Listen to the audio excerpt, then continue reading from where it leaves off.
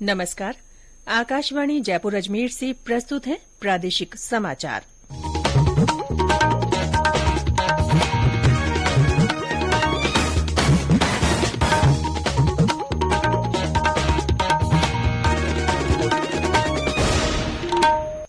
मुख्य समाचार। केंद्रीय वित्त मंत्री निर्मला सीतारमण ने कहा, जोखिम कम करने और वित्तीय स्थिरता मजबूत करने के लिए नियामकों को उचित समय पर कार्रवाई करनी चाहिए। मणिपुर में फंसे 51 प्रवासी राजस्थानी विद्यार्थी सुरक्षित जयपुर पहुंचे। प्रधानमंत्री नरेंद्र मोदी ने चंडीगढ़ में वायुसेना का देश में पहला विरासत केंद्र स्थापित करने की सराहना की। और प्रदेश में आंधी बारिश का दौर थमा, राज्य के विभिन्न स्थानों पर दिन का तापमान 40 डिग्री से ऊपर दर्ज।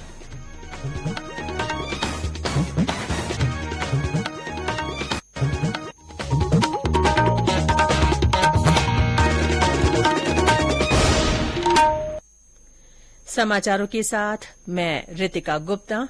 और अब समाचार विस्तार से। केंद्रीय वित्त मंत्री निर्मला सीतारमण ने कहा है कि वित्तीय स्थिरता को मजबूती देने और वित्तीय जोखिम को कम करने के लिए नियामकों को उपयुक्त और समय से कार्रवाई करनी चाहिए। वित्त मंत्री ने कहा कि नियामकों को सूचना प्रौद्योगिकी प्रणालियों की साइबर सुरक्षा से जुड़ी तैयारी सुनिश्चित करनी चाहिए ताकि साइबर हमलों के खतरे को कम किया जा सके, संवेदनशील वित्तीय जानकारी को सुरक्षित रखा जा सके और व्यवस्था में सत्यनिष्ठा को बरकरार रखा जा सके। श्रीमती सीतारमण कल नई दिल्ली में 27वें वित्तीय स्थिरता और विकास परिषद की अध्यक्षता कर रही थी। इस बैठक में वित्त राज्य मंत्री पंकज चौधरी और डॉ भागवत कराड़, भारतीय रिजर्व बैंक के गवर्नर, वित्त सचिव, मुख्य आर्थिक सलाहकार और अन्य वरिष्ठ अधिकारी उपस्थित थे। बैठक में वित्तीय क्षेत्रों को और विकसित करने के लिए नीतिगत और विधायी सुधारों को जल्द से जल्द लागू करने पर चर्चा हुई।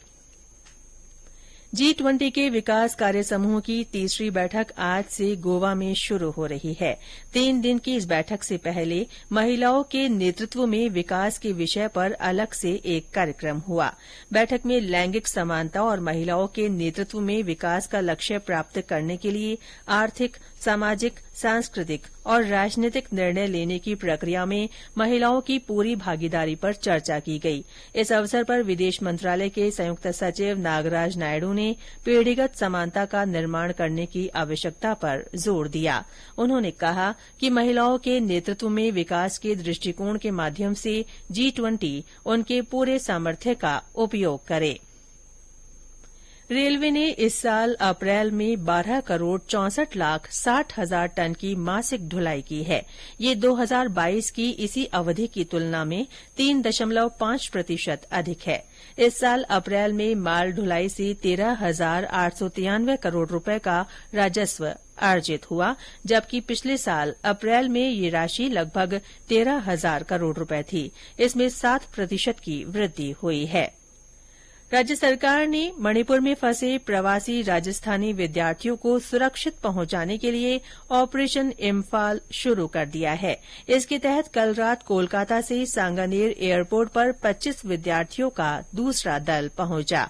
इससे पहले पहली फ्लाइट से 26 विद्यार्थियों का दल कल शाम जयपुर पहुंचा था। महिला और बाल विकास मंत्री ममता भूपेश ने विद्यार्थियों का स्वागत करते हुए कहा कि बच्चों को इम्फाल से जयपुर तक पहुंचाना सरकार की जिम्मेदारी है। इस दौरान उद्योग मंत्री शकुंतला रावत भी मौजूद रहीं। प्रदेश में मौसमी बीमारियों की रोकथाम और जिलों में की जाने वाली गतिविधियों की विस्तृत जानकारी देने के उद्देश्य से कल वीडियो कॉन्फ्रेंसिंग के माध्यम से प्रशिक्षण सत्र आयोजित किया गया। इस प्रशिक्षण सत्र में हेल्थ एंड वेलनेस सेंटर्स पर नवनियुक्त सामुदायिक स्वास्थ्य अधिकारियों और पब्लिक हेल्थ नर्स ने भाग लिया। स्वास्थ्य विभाग के अतिरिक्त निदेशक डॉ रवि प्रकाश शर्मा ने बताया कि प्रशिक्षण के बाद ग्रामीण और शहरी बस्तियों में मौसमी बीमारियों की रोकथाम और बचाव के बारे में आवश्यक गतिविधियां आयोजित करने में तेजी आएगी। उन्होंने बताया कि स्क्रब टाइफस, स्वाइन फ्लू, दूषित जल और दूषित खाद्य पदार्थ से होने वाली बीमारियों की रोकथाम तथा बचाव के बारे में भी प्रशिक्षण दिया गया। ये समाचार आकाशवाणी जयपुर अजमेर से प्रसारित किए जा रहे हैं। प्रधानमंत्री नरेन्द्र मोदी ने चंडीगढ़ में वायुसेना का देश में पहला विरासत केंद्र स्थापित करने की सराहना की है। रक्षा मंत्री राजनाथ सिंह के एक ट्वीट को रीट्वीट करते हुए श्री मोदी ने कहा कि ये केंद्र भारत में वायुसेना के समृद्ध योगदान को विशेष रूप से प्रदर्शित करेगा। गौरतलब है कि कल रक्षा मंत्री ने चंडीगढ़ में भारतीय वायुसेना विरासत केंद्र का उद्घाटन किया था। ये केंद्र वायुसेना के समृद्ध इतिहास और विरासत का प्रतीक है। इसमें कलाकृतियों, भित्ति चित्र और 3D चित्रावली के माध्यम से वायुसेना के विकास को प्रदर्शित किया गया है। सेंटर में वायुसेना के शौर्य और विमान तथा उपकरणों में स्वदेशी तकनीक को दर्शाया गया है। प्रधानमंत्री ने एक अन्य ट्वीट में रूस की राजधानी मॉस्को में आयोजित वुशु स्टार्स चैंपियनशिप में 17 पदक जीतने पर भारत की महिला एथलीटों को बधाई दी है। सवाई माधोपुर में युवा और खेल मंत्रालय के नेहरू युवा केंद्र की ओर से 11 मई को 5 प्रण ऑफ अमृतकाल थीम पर युवा महोत्सव का आयोजन किया जाएगा। टोंक सवाई माधोपुर सांसद सुखबीर सिंह जौनपुरिया ने कल युवा महोत्सव कार्यक्रम के बैनर का विमोचन किया। केंद्र के अधिकारी हर्षित खंडेलवाल ने बताया कि महोत्सव में कविता लेखन, चित्रकला, भाषण और मोबाइल फोटोग्राफी के अलावा सांस्कृतिक कार्यक्रमों की प्रतियोगिताएं भी आयोजित की जाएंगी। विजेता प्रतिभागियों को पुरस्कृत किया जाएगा। प्रदेश में आंधी बारिश का दौर थमने के बाद अब गर्मी बढ़ने लगी है। पिछले 24 घंटों में राज्य के 14 स्थानों पर दिन का तापमान 40 डिग्री से ज्यादा रहा। सबसे अधिक 42.1 डिग्री सेल्सियस तापमान बाड़मेर में दर्ज किया गया। राजधानी जयपुर में 39 डिग्री सेल्सियस तापमान रहा। मौसम केंद्र जयपुर के अनुसार आगामी 2 से 3 दिनों में राज्य में अधिकतम तापमान में 2 से 4 डिग्री सेल्सियस की बढ़ोतरी होगी। वहीं कुछ स्थानों पर 42 से 44 डिग्री के बीच तापमान दर्ज होने की संभावना है।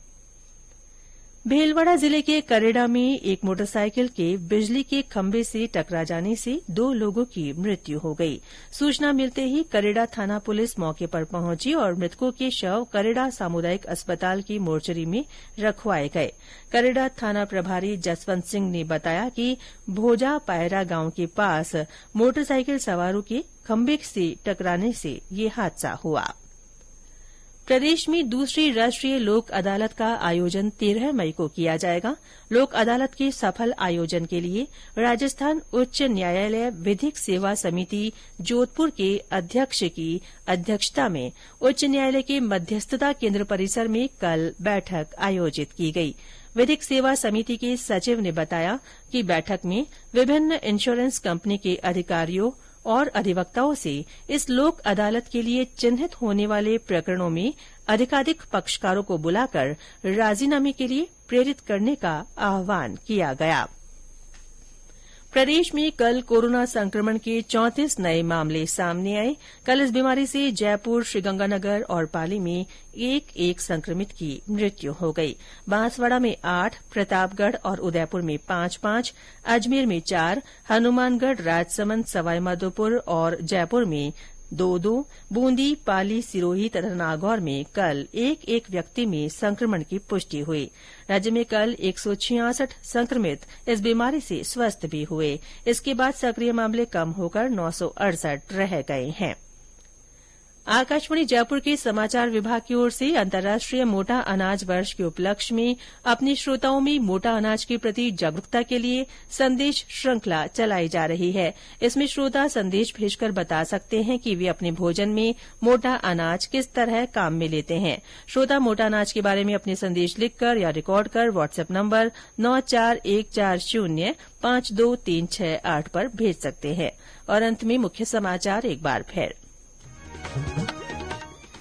केंद्रीय वित्त मंत्री निर्मला सीतारमण ने कहा है कि जोखिम कम करने और वित्तीय स्थिरता मजबूत करने के लिए नियामकों को उचित समय पर कार्रवाई करनी चाहिए।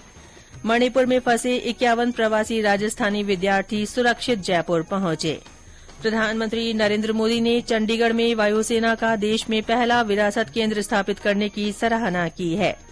और प्रदेश में आंधी बारिश का दौर थम गया है। राज्य के विभिन्न स्थानों पर दिन का तापमान 40 डिग्री से ऊपर दर्ज किया गया। इसके साथ ही प्रादेशिक समाचार बुलेटिन समाप्त हुआ। नमस्कार।